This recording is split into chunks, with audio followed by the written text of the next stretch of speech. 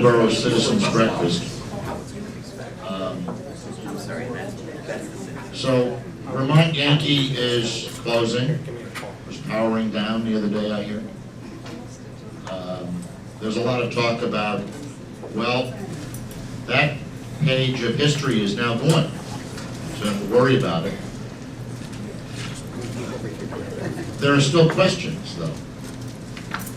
And it's said that a good scientist is not always the one that has the right answers, but has the right questions. So we kind of want to figure out what the right questions are for the next page of history. Clay Turnbull is the director of New England Coalition for Against Nuclear Pollution and has some experience in this field. So from what he's learned, he may have some questions for us. Clay. Good morning. Good morning. How's that sound? Is that good for volume? This is going to be a peculiar thing. So first off, I want to say that I am not an expert, and I today will speak primarily from my own perspective. I do work at New England Coalition, and I've been a volunteer there for many years, but it's my own experience that I think is what's most valuable today. I'm open to questions at any point, just jump right in, because sometimes you don't get back to those, and there are lots of questions that will come up. And in respect to the founder of New England Coalition, it's the New England Coalition on Nuclear Pollution. It wasn't against, and this isn't an anti-nuclear meeting. The coalition was founded to ask questions, to investigate issues surrounding the civilian nuclear power program that was proposed back in the late 60s, early 70s. A chapter is passing, or about to, but we still have a few more months before they actually cease generating. And once they stop generating, there is still a lot of heat that's generated just from the fuel rods sitting there. So everything doesn't stop when they report that they're shut down. The residual heat continues for a long time.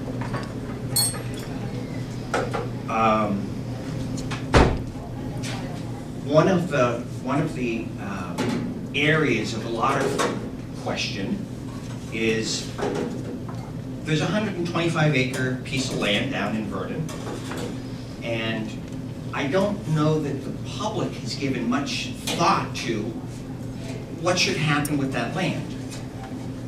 We know that I would presume that most people in this room know that the spent fuel pool, we would like to see that emptied as soon as possible. And they've proposed a schedule to do that. I think in 2015 and 2017, 2 different cask loading campaigns. So it's inevitable that the spent fuel will come out of the spent fuel pool and go into these dry casks. In fact, but a lot of folks were concerned that that might not happen for 60 years. But in fact, there's good money to be made in decommissioning a nuclear power plant, particularly when it's a subsidiary of Entergy Corporation that will be doing the work. So the money that you as ratepayers has been stashed aside in a decommissioning fund, that is in a blind trust that Entergy doesn't have access to until they begin decommissioning. Your money will become available to them as soon as they start doing the work.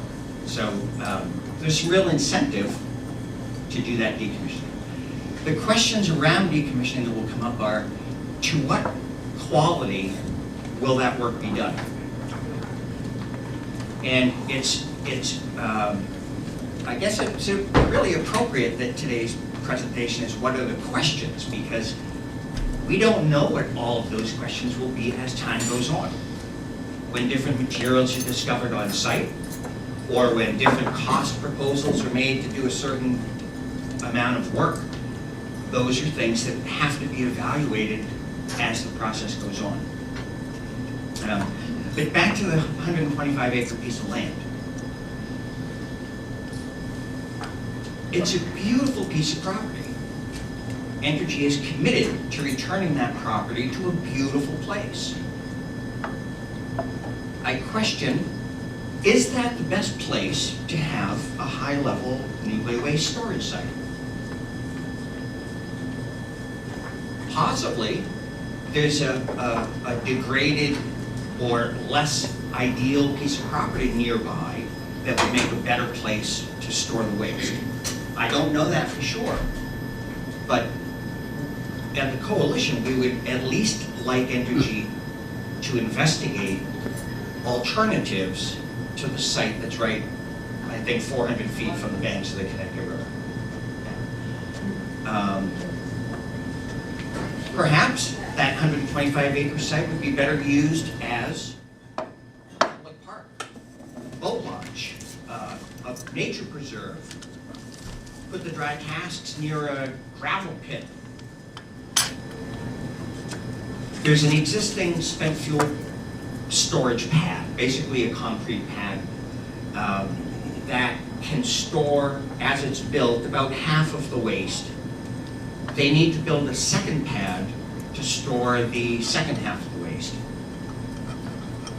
The rationale for the first pad being where it is, when they put that in 2008, I think, the rationale was, let's keep it right beside the plant because it's inside the security perimeter and well protected, good place to put it.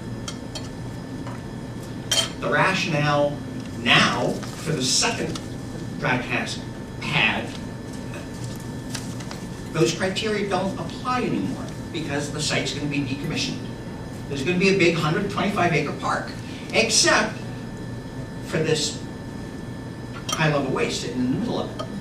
So the criteria for the second pad, as proposed, let me back up again, Entergy has applied to build a second pad to the Public Service Board. Proceedings had begun, and then Entergy requested stop the proceedings. We're actually not sure. We're still doing some engineering work, and those proceedings will start up in October. And that's a big issue. They have to build a second high-level waste storage pad. Where will that pad be? As citizens, you might have some thoughts on that. So the rationale for the second pad is, well, it makes sense to put it beside the first pad. But in the agreement to put the first pad in, it was based on criteria that there's an existing nuclear power plant. So, Spoon. Would you describe the casks themselves and the pad? What is the pad like? How thick is When I it? describe what the pad is, how thick it is, and what the dry casks are like. But basically, this is the shape of a dry cask. It's a tall, cylindrical container, 16 feet in diameter, 20 feet high, something like that. I'm not a perfect numbers man. And how many rods go in a cask? How many rods go in a cask? There will be 60 casks in all. 30 on the first pad, 30 on the second, approximately. Does that take care of all the rods that have been generated? Yes. Yeah. So after they've emptied the spent fuel pool, there'll be about 60 casks sitting there on site, surrounded by several chain link fence and some armed guards.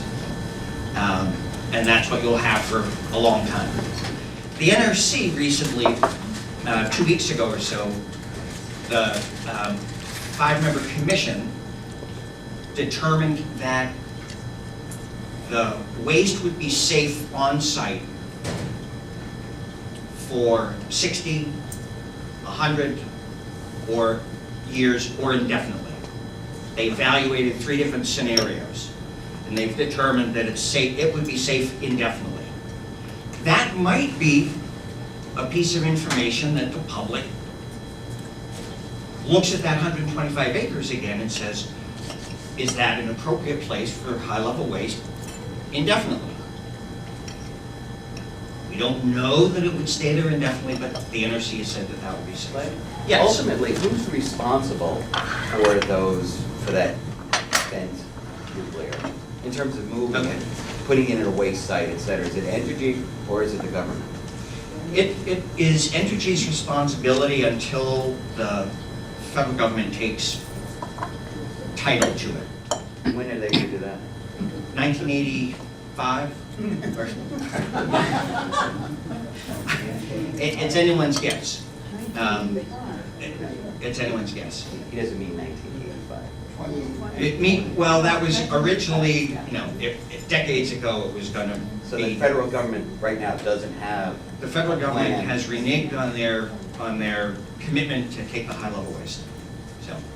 So you can't blame Entergy for that. I personally think there's some ethical and intergenerational issues that are raised in dealing with the high-level waste.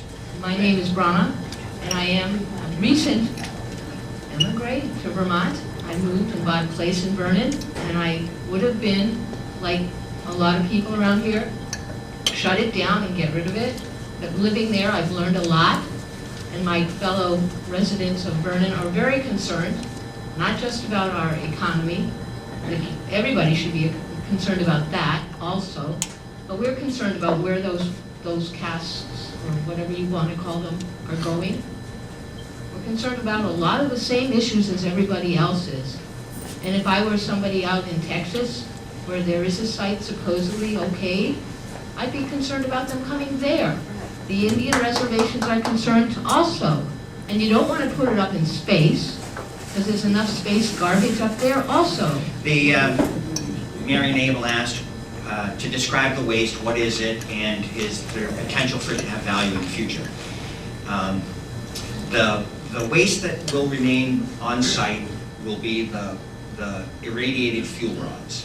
The fuel that has gone through the reactor. The reason they have to take it out is because it has become so radioactive it can't do what it used to do in order to boil the water. So when the term spent fuel is used, it's almost a misnomer, because before the fuel rods went into the reactor, the level of radioactivity would not be harmful to you unless you spent some extended period of time near it. When the fuel rods come out of the reactor 18 months later, they're potentially one of the most deadly substances to make. And I say that because I'm not a scientist, that's what some people believe, unless it's contained for a couple 100,000 years. But does the fuel have some value? To the folks at VY, to some of them, absolutely. This is like gold sitting in a can. These spent fuel rods have recoverable material in them, and they can't wait to pop the top off of them and start using it. I'm getting looks of disbelief. Absolutely, if we would start reprocessing and, building the next generation of nuclear reactors that can use the fuel, or, make MOX fuel, if you do reprocessing, then it would have some value. That's great. So Jerry Levy asked, what is the state's position on the waste? And, do they see some kind of obligation? What's their role in this? Yeah, hope so. These nuclear issues, they're never simple. I mean, I got 3 minutes into my presentation and the questions are flying. It's not like a sleepy. Personally, I see them do what they can, but it's a multi-trillion-dollar international business, and with the NRC is unlike any other federal agency, unlike any other. The NRC is not answerable to anyone other than Congress, and trying to get Congress to do serious oversight of nuclear matters is pretty difficult, particularly when a multi-trillion-dollar industry has lobbyists that are influencing legislation. So our state level government needs advocates that are willing to really press the issues as far as we can to bring the issues to light, making it difficult to, I mean, the fact that people in Vermont are so aware of what's happening in Vernon is a testament to, I think, to the work of, I'm talking about, of New England Coalition and other groups, and I'm complimenting the people 40 years ago, 43 years ago that said, waste is an issue. I can't speak that much about the legislature. That's a whole process that is somewhat removed from where most of my experience is with the Nuclear Regulatory Commission that has sole regulatory oversight over anything radioactive. If it's inside the fence line and it's radioactive, it's the NRC's. If it's outside the fence line and it's radioactive, the NRC has some oversight. Really? The state has some leverage with taxation, and many states have taxed the casks. I would like to see our Public Service Board deal with Entergy's current application for a second waste pad. I would like to see the Public Service Board require Entergy to do an assessment of alternatives to storing the waste where they have proposed to, 400 feet from the Connecticut River. And there's land use issues that come into play there, taxation issues that come in. There's plenty of reasons non-radioactive that that piece of property has characteristics that I think the state has some legitimate oversight over. How far away is the current pad? And it's about 400 feet. And the next pad they're proposing is to build immediately adjacent to that. Yes? France gets almost all of its electricity generation from nuclear power. What are they doing with their spent fuels? The question was, France gets almost all of their electricity from nuclear power, and what are they doing with their spent fuel? And what are they doing with their spent fuel? France generates, the majority of the electricity they generate is from nuclear power. They export a lot of that nuclear power. The waste, when they reprocess, the volume of waste increases, I want to say exponentially. There's a reason that the rest of the world isn't reprocessing. And France is frequently held up as the model for nuclear power. But actually today, this isn't a discussion. Well, it could be, this is related because will the waste be used in reprocessing? I don't think that's something we can bank on any more than we can bank on a high-level repository being built. I don't think we can bank on reprocessing any more than we can. But explain me what we know what to, France do. What does France do? They pollute a whole lot because they take concentrated fuel rods, use a bunch of chemicals and other processes to extract some of the usable materials from the fuel rods and produce this enormous volume of more dilute radioactive waste that gets expelled. To where? The ocean, To where? the ocean. I was going to say the channel, the ocean. They're one of the few places that still does that. But it's not dumping barrels of waste. If you remember the old Greenpeace ads where they would float their little boats under the 55-gallon drums that were being dumped into the ocean. In France, what they have is a long pipe that goes out into the channel so that the effluent goes out. So it's, for the time being, I think we can count on some dry casks being in Vernon for some period of time. The NRC has okayed it for indefinitely. Literally, that's the word that they use, indefinitely. It's indefinitely safe in dry casks at the site. I didn't come to promote nuclear power. I didn't come to defend nuclear power. I didn't come to promote or speak disparagingly about reprocessing or what other countries do or plutonium. From just a basic factual perspective, I think that we can count on waste being, waste or gold, however you want to define it, there's going to be some stuff sitting in some steel and concrete canisters just down the road from here. And you have an opportunity, perhaps, to shape what that looks like, particularly coming up in October in front of the Vermont Public Service Board. One of the state's interests is in making sure that the,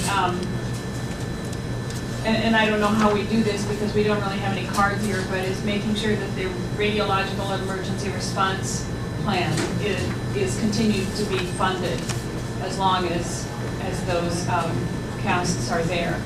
The other thing is I think that in terms of returning it to Greenfield, which is the responsibility of Vermont Yankee, that was in their original agreement, I know that the town of Vernon is working very hard on trying to not necessarily keep it as a pristine park, but use the infrastructure that's there to create some kind of other generation site, because we already have the transmission lines and we have the whatever all that stuff is that's down there, but if you go down there, there's a lot more than just the plant. So I think that they're already doing a lot in that direction. A question I would tack on to that is, are there any nuclear sites in the country that have been decommissioned that have any other generation on site? Are there any other nuclear sites that have some kind of other industrial operation on the site? No. And the answer is no. And that's because they have determined, those sites determined they needed 600 acres around it. And I've talked to people who used to work at Vermont Yankee who now work in other places, and they say that's nonsense, you don't need 600 acres. There's 148 acres there. You could easily cordon off what needs to be cordoned off and still have another generation site. So for the, what Senator White said is that there are presently no other sites that have something else industrially happening on the site, because 600 acres are required. Not required, that's what they determined, the sites themselves. The sites themselves. Okay, the sites themselves. See, it's. I just want to put a plug for some volunteers because that's something I want to look at in NRC regulations and see what the regulations say. Our technical advisor, Ray Shaddis, might be able to tell us, but it's a local issue. It's local people that need to know this kind of information. What are they doing with the plants that they... What is Germany doing with the plants? And Germany is committed to, as the licenses of the existing plants run out, they are closing their nuclear reactors. And they've committed to some enormous percentage of their electricity from renewables. They are generating more with, do you know what percentage of their? They're generating 31% of their power from renewables right now. And one of the states, which is Mecklenburg-Vorpommern, is getting over 100%. So as a country, they're generating over 31% from renewables. And I forget what their goal is by 2050, but it would be very realistic to think that they could get to 100%. We can debate the grander issue of whether nuclear power is good or bad or has pluses and minuses.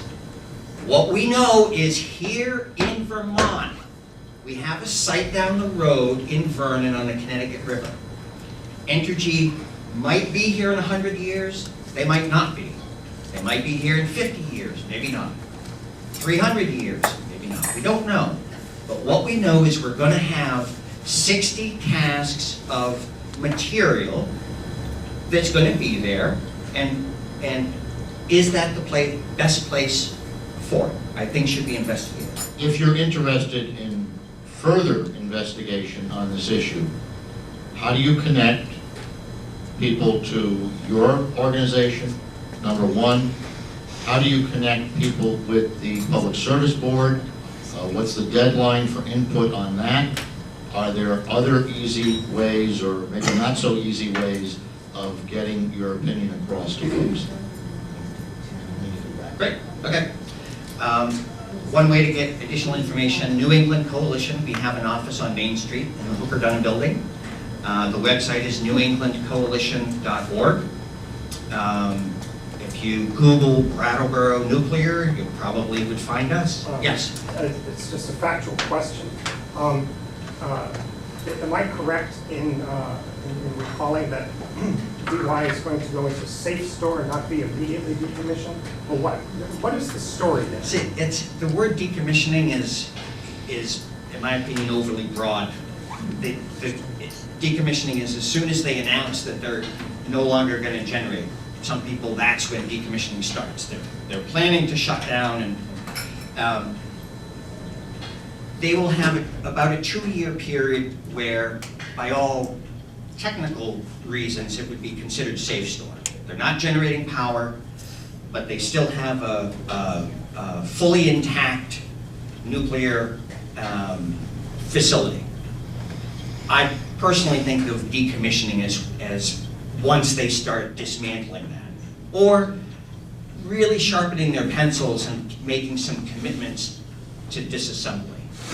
And I think that's the general public's concept of decommissioning, when the bricks and mortar actually start coming apart. But until that point, everything's sitting idle for 2 years, and that would be considered safe store. In Texas, there is a recently opened low and medium level waste storage facility. And in fact, if you go online and you look at their website, you can see the first shipments of Vermont waste, low and medium level waste, arriving in Texas. So it's a great moment. Look, there's our waste being buried in Texas. At least you can see it and know where it is. Thank you.